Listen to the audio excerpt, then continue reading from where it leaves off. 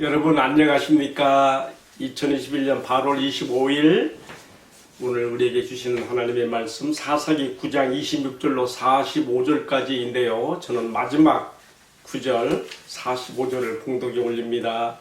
아비멜렉이 그날 종일토록 그 성을 쳐서 마침내는 점령하고 거기 있는 백성을 죽이며 그 성을 헐고 소금을 뿌리니라.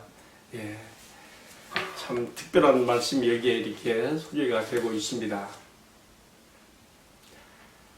자기를 왕으로 등극시킨 세겜성 사람들을 진멸하고 그 성에 소금을 뿌렸다.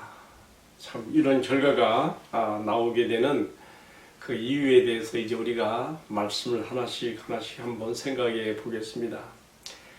여러분, 우리가 앞서 말씀에서 세겜성 사람들이 아비멜렉의 그 흑색 선전, 정치 선동에 넘어가서 그들은 지역 감정으로 아비멜렉을 왕으로 추대했다 그랬습니다. 그리고 그 과정에서 기드온의 70명 아들 가운데 69명의 아들이 죽임을 당하고 정말 있어서는 안 되는 불의한 방법으로 그가 왕위를 차지한 것을 볼 수 있습니다. 여러분, 하나님께서 이러한 불의의 방법으로 정권을 잡은 이 아비멜렉과 세겜성 사람들을 어떻게 하실까요? 그러나 3년이 지나도록까지 그냥 이 불의한 사건을 그대로 묻히는 것처럼 보였습니다. 그러나 하나님은 다 아시고 지켜보시는 분이시며 그의 때와 그의 방법으로 그의 심판을 집행하십니다. 오늘 말씀에는 어떻게 지금 나오고 있습니까? 하나님께서 부리신 악신이, 악령이 세겜성 사람들과 아비멜렉 사이에 작동하여 어떤 결과로 나타나는가를 보여주고 있습니다. 이 악령이 제일 먼저 한 일이 뭐예요?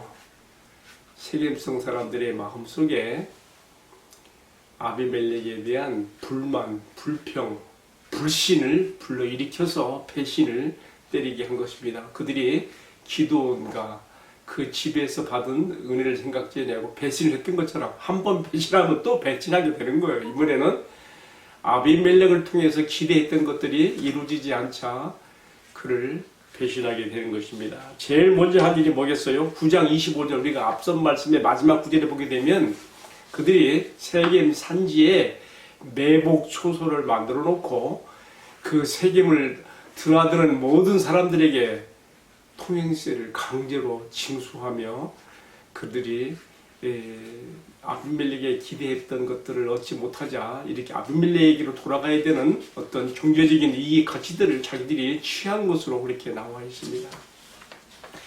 왜 그런가 하면요, 당시 세겜이라는 곳은요 가나안 땅에서 아주 지형적으로 중요한 위치에 있어요. 이 세겜을 중심으로 남과 북이 연결되고요. 그리고 이 세겜에서 사통팔방으로 연결되는 교통의 중심 중에 중심이 바로 세겜입니다. 그래서 아브라함도 맨 먼저 가나안 땅에 들어왔을 때 이 세겜으로 왔지요. 창세기 12장에 나온 이야기입니다. 야곱은 창세기 34, 35장에, 33장에서 바로 밧다라람에 돌아왔다가 자기 아버지 이삭이 있는 헤브론 쪽으로 가지 않냐고 이 세겜에 정착해버리죠. 세겜이 꽤 매력적인 도시란 말이에요. 근데 그뿐입니까? 요셉이 애굽에서 죽어서 그 뼈를 그의 후손들이 가나안 땅으로 이전해 갈 때 바로 이 세겜에다 묻게 되는 것이죠. 그뿐입니까? 훗날 왕정 시대로 들어가서 여로보암이 남북 왕조가 시작될 때에 바로 이 세겜에다가 정치, 경제, 종교의 중심지로 삼고 자기 정권을 펼치게 되지요. 지금 아비멜렉도 이 세겜을 중심으로 해서 그의 정권을 펼치고 있습니다. 근데 우리가 참고로 알 것은 당시 아비멜렉이 12지파 전체에 그의 정권의 영향력을 미치게 하고 다스렸다고 보기보다는 세겜을 중심으로 한 이 가나안 북부 지방을 그가 정권을 가지고 다스렸다는 것을 우리가 이해할 필요가 있습니다. 어쨌든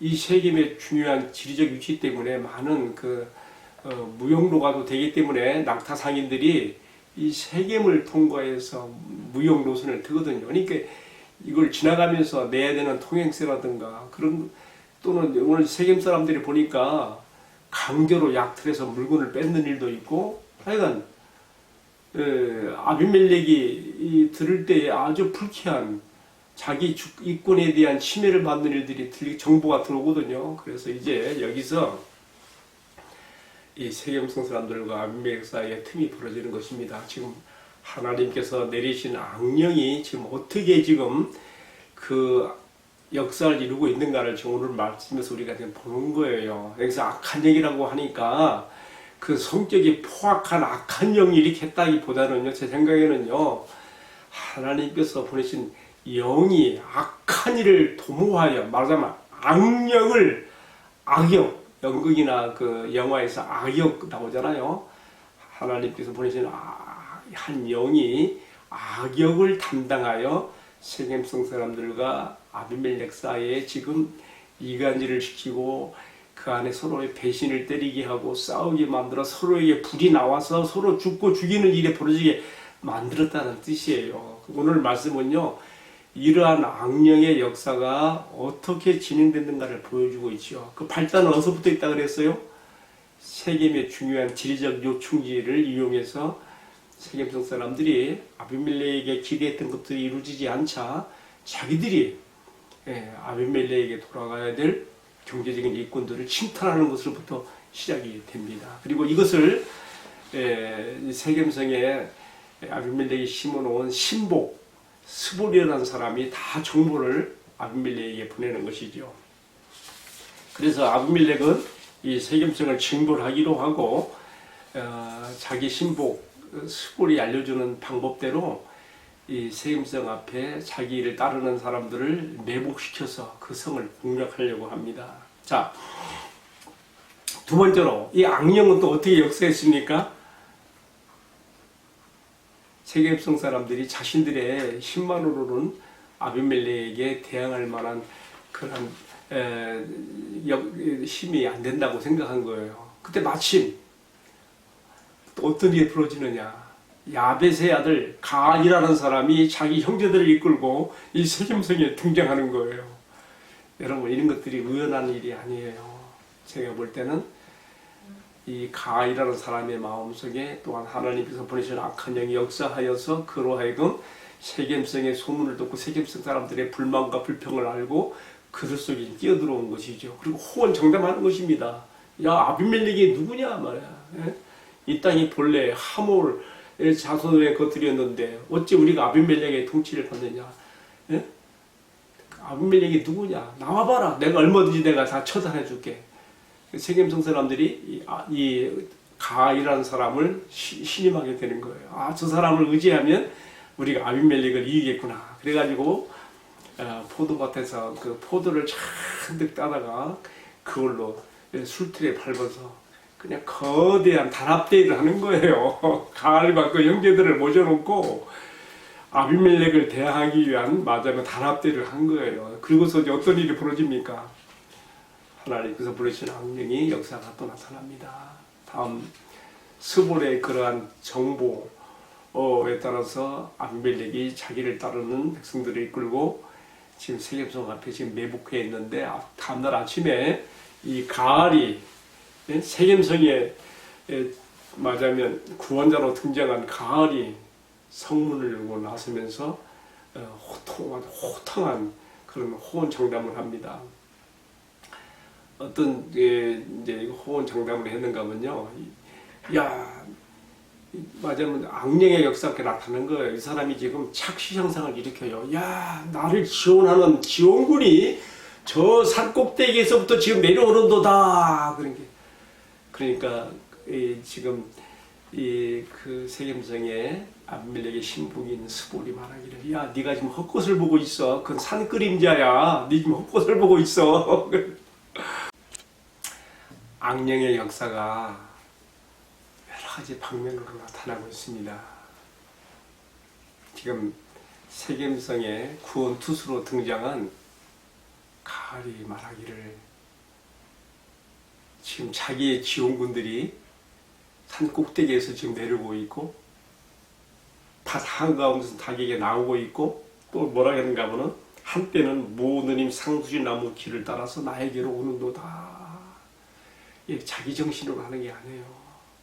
지금 악한 영의 역사 가운데 어떤 헛것을 보는 거예요. 착시현상으로. 저는 그렇게 봅니다. 혹 어떤 주석가들은 이것은 수월이, 이것은 가을이 책임성 사람들에게 용기를 주고 그들을 그 사기를 높여주기 위해서 호언 장담으로 한 말이라 이렇게 하는데, 그렇게 이해하기에는 너무 이 허풍장세가 심해요. 허풍이 심하단 말이에요. 그러자 어떤 일이 벌어집니까? 이 스보이라는 사람은 막 가운데서 자꾸 싸움을 부추깁니다. 야, 너 그 아비멜렉이 어딨냐고 하며 나와보라 했던 그 자존심 다 어디 갔냐? 이게 강령의 역사예요. 그러니까 이 가을이 나가서 이제 아비멜렉 진영과 싸우고자 할 때 어떤 일이 벌어집니까? 매복에 있던 아비멜렉과 그 사람들이 쏟아져 나와가지고 가갈과 그를 따른 세겜 사람들을 쫓아가면서 이제 진격하게 되죠. 그리고 그때 많은 사람들이 죽어요. 근데 싸움이 그 이튿날까지 계속 연장됩니다. 그 다음 날은 어떤 일이 벌어집니까? 이 세겜성의 스볼이, 이 사람은 아비멜렉의 신복이죠. 가을과 그 형제들을 다 쫓아내고 그 성에서 추방시켜버렸어요. 지도자가 없어요. 그런 가운데서 이 세겜성 사람들이 밭 가운데로 나올 때에 이 아비멜렉과 그의 진영의 사람들이 쏟아져 나오면서, 여기 오늘 말씀에 보게 되면 그들이 성 입구까지 따라가서 다 죽이고 마침내는 그 성을 쳐서 점령하고 거기 있는 백성들을 죽이며 그 성을 헐어버리고 거기다 소금을 뿌렸다. 오늘의 말씀이 이렇게 끝내지고 있습니다. 여러분, 저는 지금 어디에 초점을 맞추고 이 말씀을 제가 지금 전하고 있는가 하면요, 세겜성 사람들과 아비멜렉의 불의한 정권 그 탈취를 하나님께서 징벌하기 위해서 어떻게 하고 계시는가. 악한 영을 보내어서 지금 1차적으로는 세겜성 사람들을 징벌한 거예요. 그런데 이게 다가 아니에요. 오늘 이어진 내일의 말씀을 보게 되면요, 아비멜렉도 역시 죽임을 당합니다. 근데 비참하게 죽어요. 아비멜렉이 세겜을 점령하고 멸한 곳으로 끝냈으면 좋았을 텐데 그렇지 않아요. 그 마음에 계속적인 그 탐욕, 계속적인 정복력이 발동하는 거예요. 그래서 패잔병들이 도망해가지고 데베스까지, 맞아는 세겜의 북쪽에 있는 데베스 성까지 도망갔는데, 그 성을 불태우려고 하니까 그 성에 있는 한 여인이 성 위에서 맷돌 윗짝을 밑으로 던졌는데 그것이 이 아비멜렉의 머리통을 정통으로 맞춰가지고 두개골이 깨져버려서 비참하게 죽는 것이 이제 이어지는 말씀입니다. 이렇게 해서 하나님의 징벌이 1차적으로는 세겜성 사람들에게, 그 다음에 2차적으로는 아비멜렉에게까지 임하여져서 요담이 한 저주가 그대로 응하여진 것을 오늘의 말씀에서 우리에게 이렇게 보여주고 있는 것입니다. 여러분, 이처럼 하나님께서는요, 세상에서 일어나는 불의한 일들에 대하여, 악한 일들에 대하여 그냥 눈 감고 그대로 묻혀지게 내버려 두시는 분이 아니라 그의 시간과 그의 때에 모두 선악간에 심판하시며 들춰내시며 그의 방법으로 심판하시게 되는데, 이러한 방법도, 악한 영을 보내어서 처리하시는 이런 방법도 있다는 것을 제가 오늘 말씀을 통해서 이렇게 전한 것입니다. 이런 일들이 성경에 곳곳에서 보여요. 예를 들면 유다 왕 히스기야 왕 때 사내립이 유다를 정복하러 왔지 않습니까? 승산이 없는 싸움이죠. 히스기야가 항복할 수밖에 없어요. 근데 간절히 기도합니다. 그때 하나님께서 선지자 이사야를 통해서 뭐라고 말씀했습니까? 우리가 열왕기하 19장 7절에 27절 말씀에 보게 되면요, 하나님께서 한 영을 보내어서, 지금 세겜 사람들과 아비멜렉 사이에 하나님의 한 영을 보내어서 그 악한 악역을 하게 하신 것처럼 사네립 왕, 아수르 사네립과 히스기야 왕 사이에 지금 위기 촉발을 가운데 있을 때에 하나님께서 한 영을 내려 보내서 어떻게 했습니까? 사내립에게 나쁜 풍문을 듣게 만들어요. 그래가지고 그가 유다를 침공하러 왔다가 여기서 포기하고 먼저 고구로 돌아갑니다. 그 고구에 가서 죽게 되지요. 남아있는 군사도 어떻게 했습니까? 그 밤에 여호와 하나님의 한 천사에 의해서 18만 5천 명이 죽임을 당하고 송장이 되는 일들이 벌어지기도 합니다. 이처럼 하나님께서 하시고자 하시면 이렇게 한 영의 악역을 통해서도 얼마든지 하나님의 심판이 시행되고 징벌이 이루어진다는 것을 우리가 오늘의 말씀에서 깨닫게 되는 것이죠. 자, 오늘 말씀을 마치면서요, 저는 이런 생각을 해봤어요. 지금 우리 바로 머리 위에 북한이 벌써 한국 독립 이후 70년이 지나도록 계속 독재국가로서 그 김일성 우상 독재를 실시하고 있는데 왜 하나님께서 내버려두고 계시는가? 의문을 가질 때가 있어요. 그러나 하나님께서 하고자 하시면 오늘 말씀에서 보는 것처럼 한 악한 영을 보내서라도 세겜성 사람들과 아비멜렉 사이에 틈새를 벌어지게 하고 배신하게 하고 서로 불이되게 하신 것처럼 김정은과 북한 군부 사이에 하나님께서 악한 영우를 보내셔서 그들 사이에 틈새가 벌어지게 하고 서로 불신하게 하고 서로 불이 나와서 망하게 할 수도 있는데 왜 하나님께서 아직까지 유예 기간을 두고 계실까? 저는 이 모든 배후에는 아직 그렇게 하지 아니하시는 그럴 만한 이유가 있다고 생각합니다.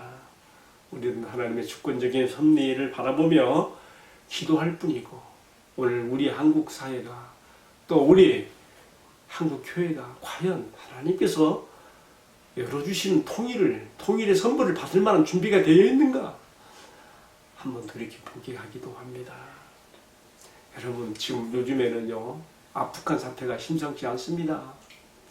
미국이 수천조의 돈을 쏟아붓고서도 지금 아프간에서 철수하기 때문에 지금 굉장한 혼란이 지금 그 땅에서 일어나고 있습니다. 저는 이런 것도 결코 유연하게 이렇게 된다고 보지 않습니다. 이 모든 배후에는 세상의 역사를 주재하시는 우리 하나님의 주권적인 섭리가 내재되어 있다는 것을 바라보게 합니다. 오늘 말씀을 마치면서 기도하게 되는 것은 우리가 하나님의 거룩하신 성령으로 우리 마음이 지배를 받고 거룩한 성령에 의하여 나의 생각과 사고와 사상이 지배를 받을 때 나에게 축복이 되고 은혜의 길이 열리는 것을 생각해야 됩니다. 악한 영이 지배하게 되면 어디로 튈지 모르는 불안한 것들이 쏟아져 나오게 됩니다. 이것은 한 개인의 심령에서도 그렇고 한 나라와 사회에서도 그렇습니다. 주님, 내 심령 가운데 악한 영으로 역사되는 일이 조금도 없게 하시고 오직 주의 영으로 주의 성령으로 거룩함과 화평과 은혜와 축복으로 나가게 하옵소서. 그리고 내가 속한 이 사회, 우리 사회와 우리 대한민국이 악한 영이 개입하여 이 나라를 혼란으로 몰아가지 않게 하시고 진실로 우리 하나님의 은혜가 임하가 되도록 이 땅의 모든 불의한 일들이 다 정리되고 주님 앞에 청산되어지며 이 나라가 바른 나라로 갈 수 있도록 위해서 우리가 기도해야 될 것입니다. 기도하겠습니다. 살아가시는 주님, 한 영을 보내시어 그 영에 의해서 세상의 역사들을 주재하시고 얼마든지 전쟁의 승패도 가름하는 것을 오늘 말씀을 통해서 우리가 보았습니다. 기도하옵기는 나의 마음이 항상 주의 거룩한 성령으로 지배를 받게 하여 주시며 또 우리 사회가 또 우리 나라가 주의 국률이 여기시는 자비의 은총 가운데 성령의 지배를 받는 거룩한 영이 지배하는 이 사회 이 나라가 되게 하여 주옵소서. 주여, 태풍이 한반도를 휩쓸고 지나가다 이 땅에 거룩한 회개의 운동이 일어나게 하시고 우리 가장 먼저 우리 교회들이 각성되어지며 우리가 주님께서 이 땅에 부어주시는 은혜의 소낙비가 내릴 수 있도록 축복하여 주옵소서. 한날도 주님께 맡깁니다. 우리 주님 예수 그리스도의 존귀하신 이름을 받들어 기도 올리옵나이다. 아멘. 네, 마쳤습니다. 감사합니다.